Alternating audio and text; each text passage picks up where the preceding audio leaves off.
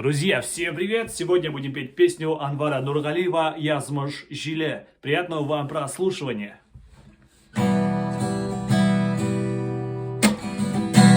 Aramızda zıl yollar şakramına Sine oylap yüreğimde kabındı yalgınlar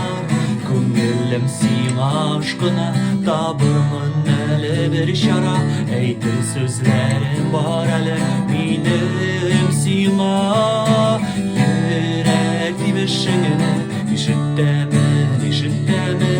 Kaplasa da yolunu Aktıman vakit jileyse Aramızdan arallarına yazma jile bizge bir de bulmaz Yürek dibişini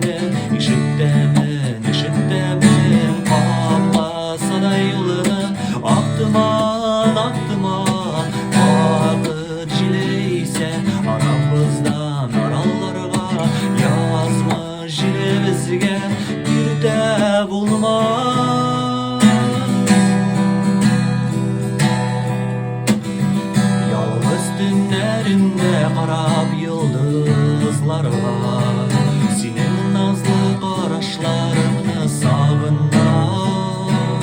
Hıyallarım qanatlana, köngüllerim sağışlana Bizden yanımda bulursan dip